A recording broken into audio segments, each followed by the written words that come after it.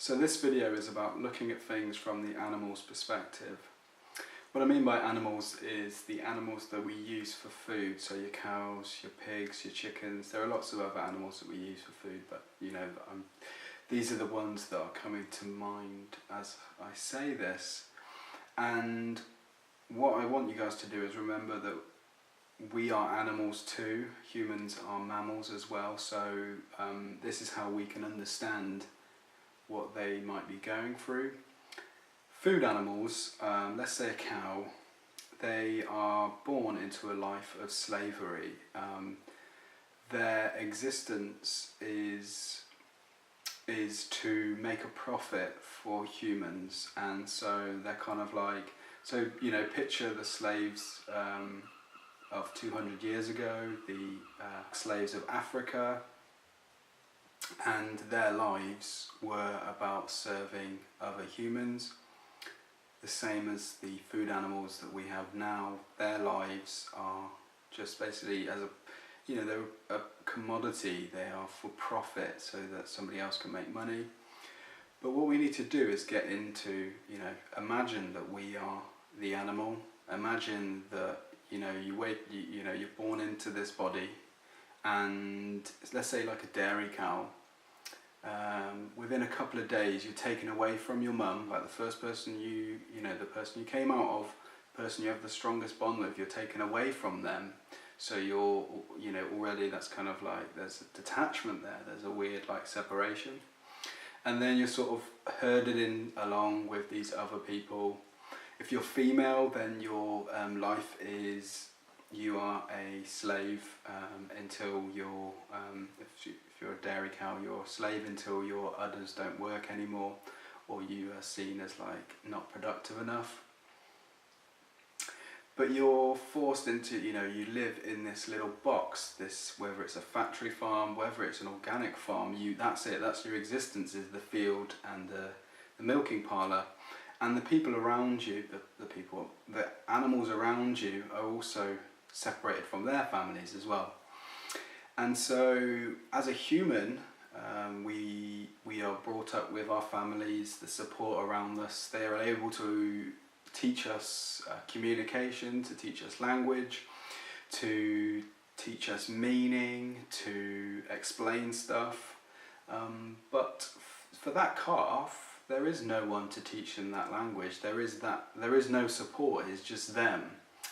And I just think it would be a really shit way to live. You know, you've got these sort of, depending on how harsh the farmers are, some of them like push them and prod them and get them to go wherever they want. And maybe you don't want to be impregnated by a bull. Do you know what I mean? Like, humans have this, you know, they have this, we have this lucky ability, if you're a female, that you don't have to have the children with somebody else if you choose. You know, you don't have to have sex if you don't want to.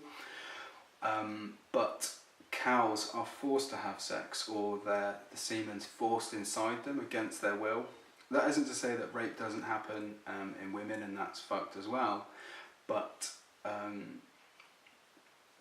I'm trying to just explain from the animal situation where they, you know, it's against their will, and then they grow this baby inside them, and then the baby is taken away before they can even realise. So it's kind of like forced to have sex that they may not want to do, forced to carry the baby, which again, you know, not everybody wants to have children, especially against their own will.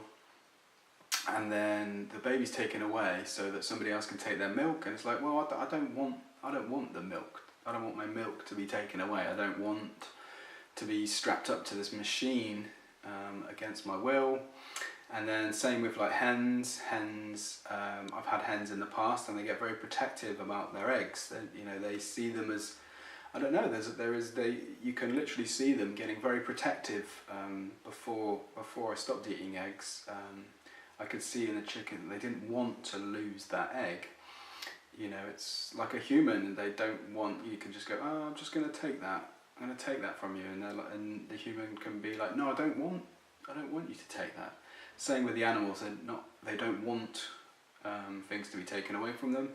there's a really strong and harrowing video of a calf being taken away from the mum, and the mum trying to attack the farmer, and that's just, you know, that's their natural motherly instinct. They don't, you know, they've just given birth to this animal, to the child.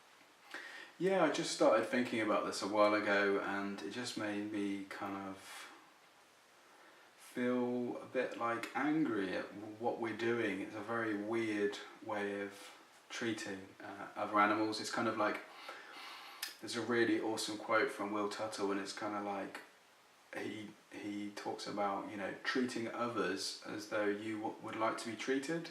So no one would want to have that inflicted on them, the things that we're inflicting on these animals. In the UK especially, a lot of the animals are killed really young. It's very much like we're killing them as babies. We're not like, people say, oh, they're having a nice life on the free range farms, and yeah, you know, it's better than if they're wild. It's not at all. We are ending their life short for profit and money. No matter how much green grass and how much love you can give them, they're still killing them for greed, profit, and unnecessarily.